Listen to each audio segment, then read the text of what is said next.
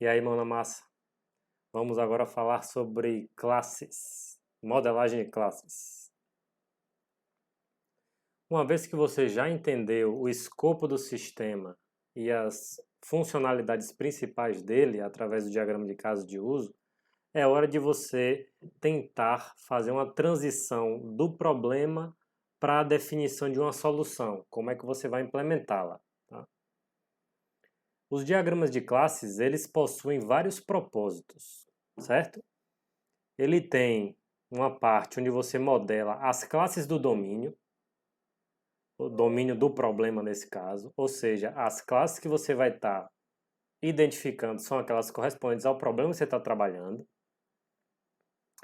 O modelo de classes de especificação, tá? Onde você adiciona nessa modelagem de classes de domínio as classes que são necessárias para implementar a solução definitivamente. Isso aí já entra escolhas arquiteturais, etc. Tá? E o modelo de classe de implementação, que aí já representa a implementação da classe com alguma linguagem. Aí você coloca algum viciozinho que tem no Java, que tem no Python, onde for. Tá? Então tem esses níveis. Eles se conectam e é uma transição natural entre eles, certo? Antes da gente fazer a modelagem em si, vamos entender quais são os elementos que existem no diagrama. O primeiro, obviamente, é a classe. Se é um diagrama de classes. Uma classe, para quem já fez orientação a objetos, já viu alguma linguagem, já programou alguma linguagem nesse paradigma, é uma linguagem que possui atributos e métodos. Tá? No caso, classe é um elemento que possui atributos e métodos, perdão. E a partir das classes que a gente instancia os objetos. Tá? Geralmente, nós identificamos classes, objetos por substantivos. Tá? Aquela questão do dinâmico estático, do verbo e nome. Então, o diagrama de classes é um diagrama utilizado para modelagem da parte estática do sistema. Tá? E também a questão dos pacotes, que é uma estrutura que a gente pode utilizar para organizar um conjunto de classes em determinado pacote. Como o sistema fica mais complexo, fica necessário, é essencial a gente organizar as classes do sistema em pacotes. Tá? Então esse é o elemento principal, classes com atributos e métodos. A representação visual é essa, o título da classe, a seção de atributos e a seção de métodos, que são as ações da classe, e os atributos, que são as características da classe.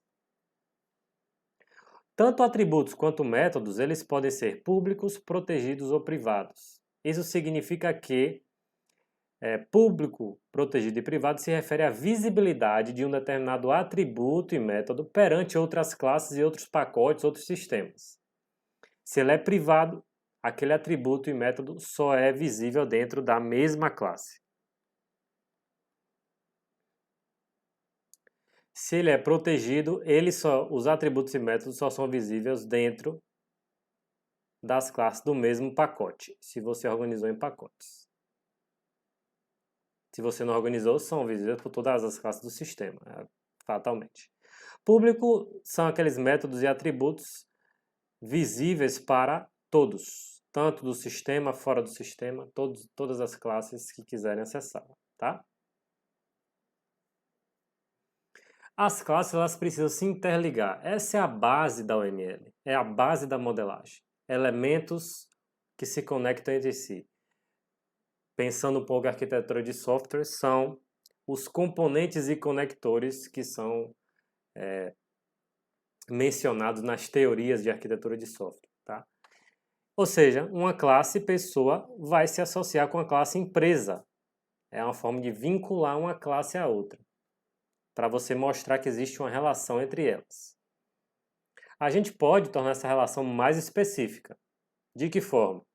Essa associação pode passar a ter multiplicidade, ou seja, você pode dar uma semântica, um significado dessa relação, dizendo, olha, a equipe de futebol se relaciona com o estudante, mas da seguinte maneira, uma equipe tem de 11 a 22 atletas e estudantes, e um estudante pertence a apenas uma equipe. Quando a equipe se relaciona com o estudante, esse cara aqui é chamado de jogador. Quando um estudante está numa equipe de futebol, é esse cara aqui que se chama time. Tá? E aqui você pode até direcionar também as relações. Então você pode dar os números, quantificadores. Quando você tem um asterisco, pode ser um ou vários.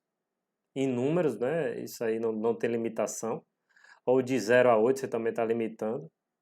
E aqui é os nomes das entidades das classes nessa relação. Tá? Então aqui fica mais fácil de entender esse tipo de relação entre classes. Muito melhor do que simplesmente colocar um traço interligando elas. Se você visualizar na regra de negócio do sistema que existe possibilidade de colocar multiplicidades, nomes das relações, é bom fazer sempre. Tá? Nome, direção e papéis. Não é? Aqui você pode dar à associação um nome também. Tá? Ou seja, a associação que está interligando pessoa e empresa é uma associação de nome trabalha. Então, e a direção também é muito importante para que você faça uma leitura, interpretação do diagrama baseado nessa direção. Uma pessoa trabalha para uma empresa. E quando uma pessoa se relaciona com a empresa, o papel dela é de empregado. Quando a empresa se relaciona com a pessoa, o papel dela é de empregador. Tá? Então, esses são os significados desses elementos dentro da associação. Tá? Uma associação reflexiva é aquela que uma classe se relaciona com ela mesma. Um empregado pode ser um colega de um próprio empregado. Um empregado pode ser um subordinado de um outro empregado que é o gestor. Então você pode também fazer com que a classe se relacione com ela mesma. Certo? Quando você quiser dar significados diferentes à relação entre empregados.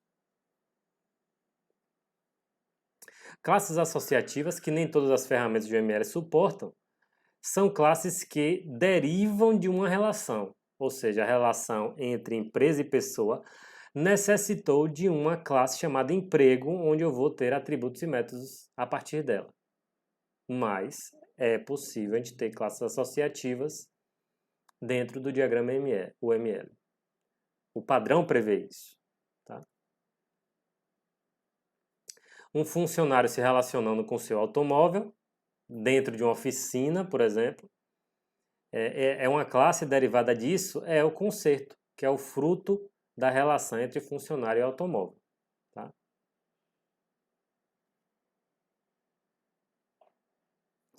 Existem outros relacionamentos entre classes. Podemos mencionar a agregação e composição, que são relacionamentos do tipo associação, a herança, que é um relacionamento do tipo generalização, e as dependências. Vamos explicar cada um deles a seguir. A agregação é uma associação entre classes onde existe uma relação de todo parte. Esse tipo de associação é representado por esse elemento que tem um losangozinho vazio aqui, tá? O lado do losango é o lado do todo e o outro é o lado da parte. Então, nesse caso, um pedido contém itens. Itens são partes de um pedido, certo? Então, essa é uma relação de agregação. Pedido não é parte de item, mas item é parte de pedido, certo? Aqui eu faço uma paradinha para que a gente possa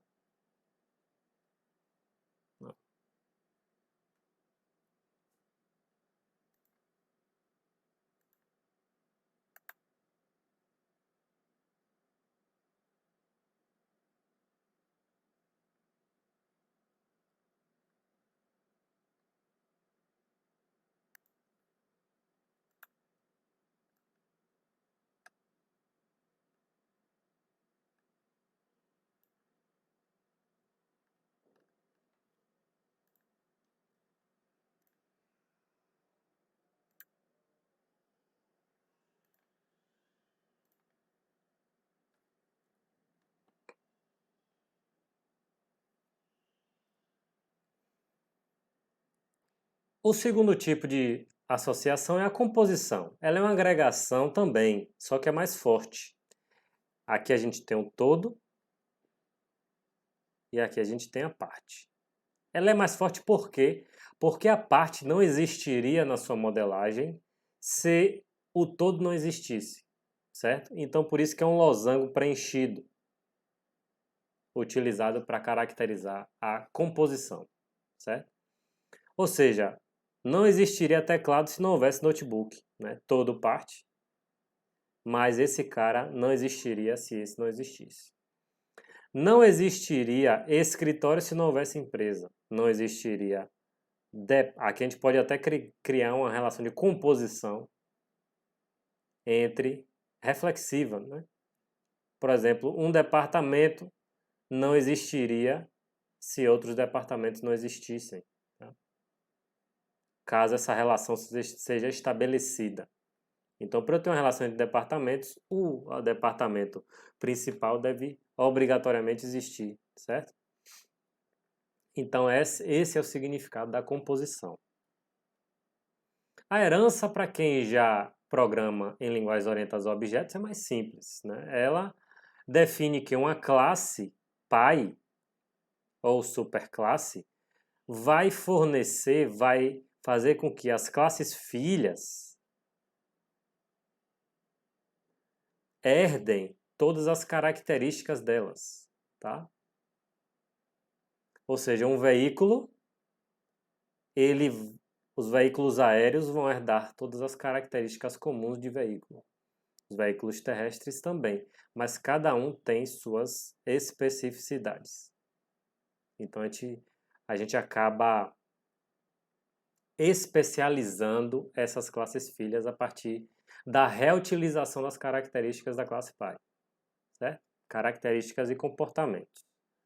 Então, a herança, só voltando aqui, o símbolo que caracteriza a herança é a seta para a classe pai, tá bom?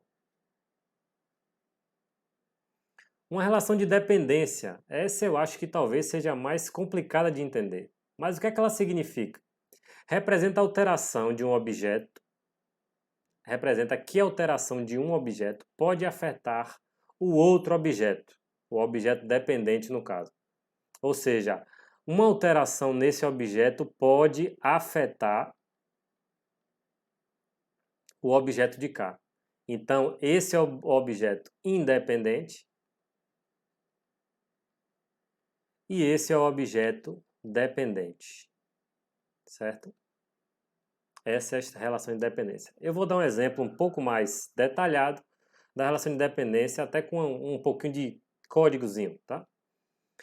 A relação de dependência dessa classe independente, Hello World, tá? E a classe dependente, a Graphics.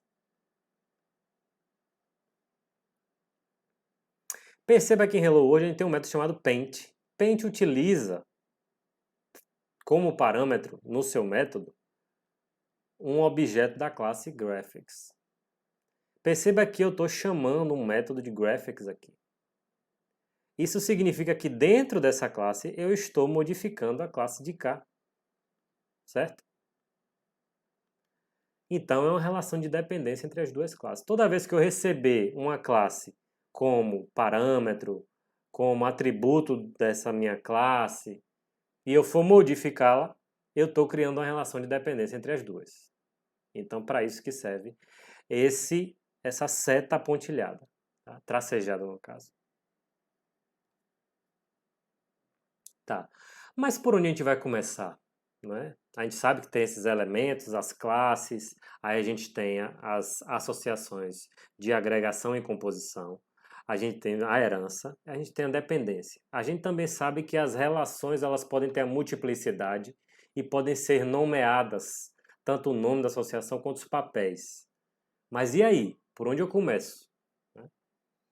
Existe uma técnicazinha que a gente pode utilizar que primeiro, quando você tem uma especificação de casos de uso, textual ou não, você pode, principalmente textual, tá? Você pode destacar os substantivos principais da sua especificação, tá? Eliminar os sinônimos desses substantivos. E aí você vai ter um conjunto de possíveis classes candidatas, certo? E aí você vai pegar dessas classes candidatas, nos próprios casos de uso, identificar verbos como ações das classes. Então, na especificação do caso de uso que tem um determinado substantivo, pode ser que um determinado verbo seja um método da sua classe, certo? É o que a gente chama da identificação, um método chamado CRC, tá? Que a gente identifica as responsabilidades e os colaboradores. Uma conta bancária, que foi o que a gente identificou, o que é que ela tem? Quais são as responsabilidades dela? A gente tem essas responsabilidades, tá? E quem colabora com ela? Quais seriam as outras classes que poderiam colaborar com ela? Certo? Porque assim, ó, a gente identificou o substantivo, ok? A gente identificou verbos que podem nos ajudar a estabelecer as responsabilidades dessa classe, tá? Uma vez que eu sei as responsabilidades, aí, por fim, eu defino quem são os colaboradores dessa minha classe. Isso vai me ajudar, primeiro, a identificar uma determinada classe, a identificar os métodos dela e depois identificar as possíveis associações e até outras classes. Então, o método CRC é um complemento a essas tarefas, essas dicas principais, tá? Então, perceba já a primeira relação. Caso de uso, a gente especificou no vídeo anterior. Ele vai te ajudar a definir o modelo de classe, porque aqui você tem um entendimento claro do problema, por mais que seja em alto nível. E na medida que você for detalhando essas classes, você vai utilizar isso para refinar também o seu caso de uso. É o processo de análise de sistemas que eu tenho insistido aqui. A gente gera ideias, o processo de síntese, e depois faz a análise delas. E aí faz esse processo retroativo. Esse processo retroativo ocorre entre modelos. Então isso é muito importante a gente fazer esse processo de reflexão, tá? Aqui temos alguns exemplos de modelagens de classes, né, onde a gente identifica as classes principais. E aqui temos exemplos de mais complexos, né, onde a gente já determina quais são os atributos e métodos das classes, relações de agregação, de composição, né, de agregação e composição, até a própria herança. Você tem usuário e especializações desse usuário, certo? Enfim. E você tem também, na medida que você for definindo a solução técnica, você começa a criar classes que são voltadas para o aspecto técnico. Nesse exemplo mesmo, essas classes DB aqui são classes que fazem a persistência dessas entidades aqui num banco de dados. Então são classes técnicas, tá? A gente sai do modelo de domínio, modelagem de classes do domínio, para modelagem de classes da extensão, né? Para especializá-las, para dar uma solução, um formato de solução a elas, certo? Antes de eu pedir para você fazer o exercício, vamos praticar aqui com o nosso exemplo do vídeo anterior, tá? Eu vou só colocar aqui nosso diagrama que fizemos no vídeo, o diagrama em caso de uso de conta bancária, né? E vamos criar o nosso diagrama de classe. Eu já criei até o diagrama aqui, mas vamos dar uma analisada rapidinho aqui, né? Quais são os substantivos que temos? Primeiro, conta, eu acho o mais importante, né?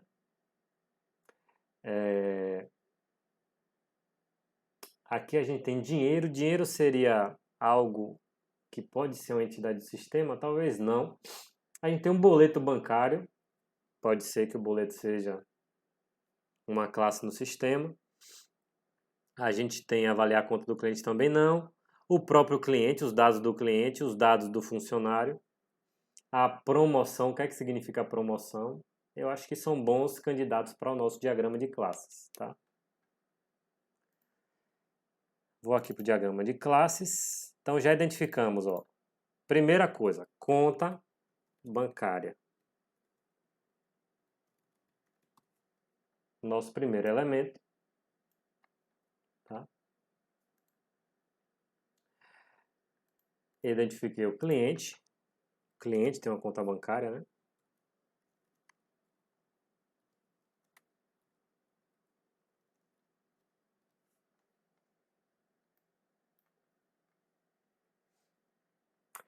A gente também tem o funcionário.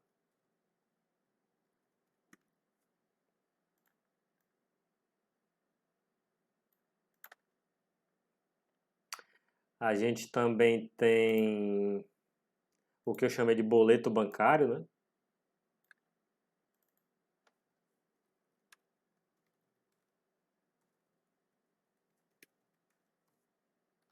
Vou abrir um pouquinho mais aqui para ficar mais organizado. A gente tem a promoção, não é? Que o funcionário envia a promoção para o...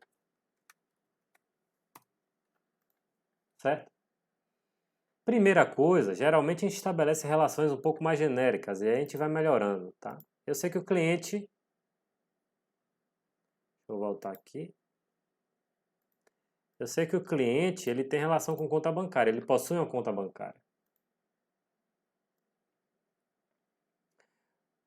O funcionário monitora, não é? A conta bancária. A gente poderia até tornar isso uma classe associativa. Deixa eu ver se eu consigo fazer disso aqui uma classe associativa.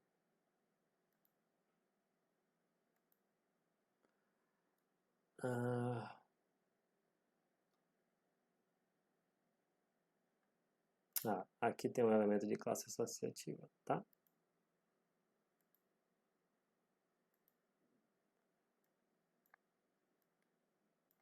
Pronto. Por que essa é uma classe associativa? Porque a relação entre um funcionário e a conta bancária de um cliente é através do envio de promoções. Então a gente pode até colocar isso como uma classe associativa, certo? É uma interpretação que eu estou dando aqui esse modelo. O cliente, ele possui boletos bancários que são pagos, né?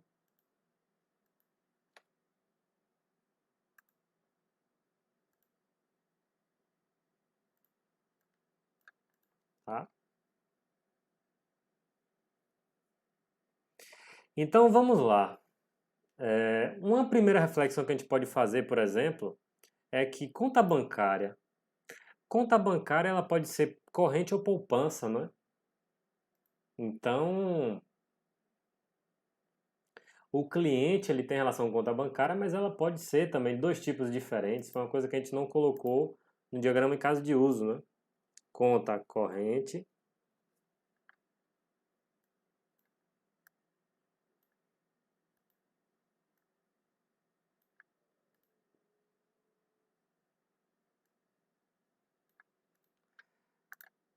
Tá?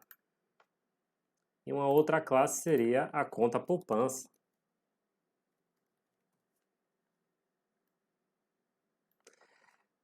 Lembrando que isso aqui é uma relação de herança, né? A gente tem a classe... Opa, puxei na direção errada. Aqui a gente tem essa relação de herança. Porque as características de uma conta corrente genérica serão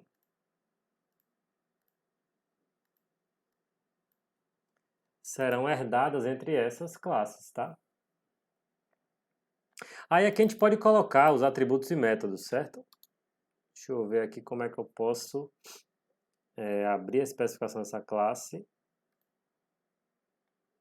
A gente pode adicionar atributos aqui, tá? Por exemplo, eu habilitei de cliente, né? Cliente tem o quê? Vai ter o CPF. Aí você pode colocar qual é o tipo dele também, valor inicial, várias informações, tá? A visibilidade é aquilo que a gente havia falado antes, certo?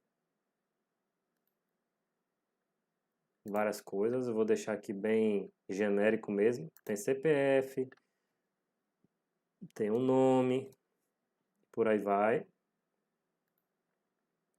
o que é que o cliente faz? Né? O cliente vai fazer solicitar saldo,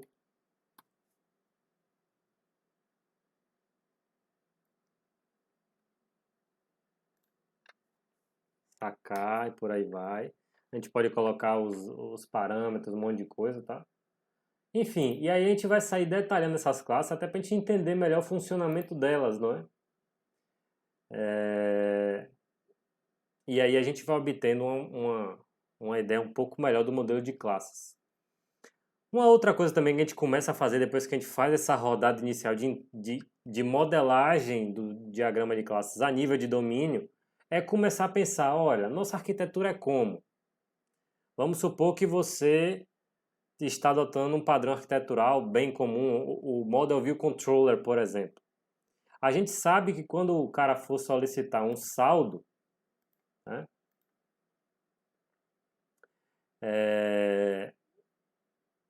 a gente tem classes que são controllers, que elas servem como classes que vão realizar as operações de negócio de um determinado sistema, certo? Então aqui são abstrações que são entidades do sistema e a gente teria as classes controller aqui, né?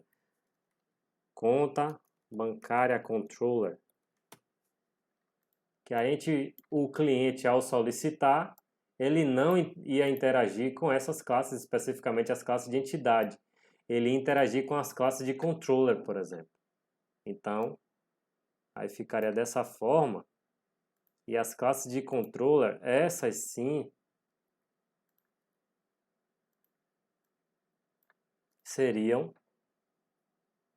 interagiriam com as classes de entidade, certo? Aí você poderia fazer mais outras coisas, você poderia criar um pacote, não é? Chamado controller,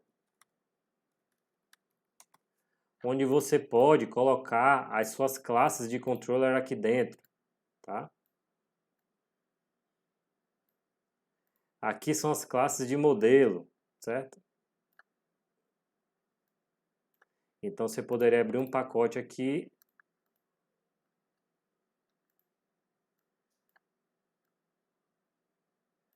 e dizer que as minhas classes de model estariam aqui dentro.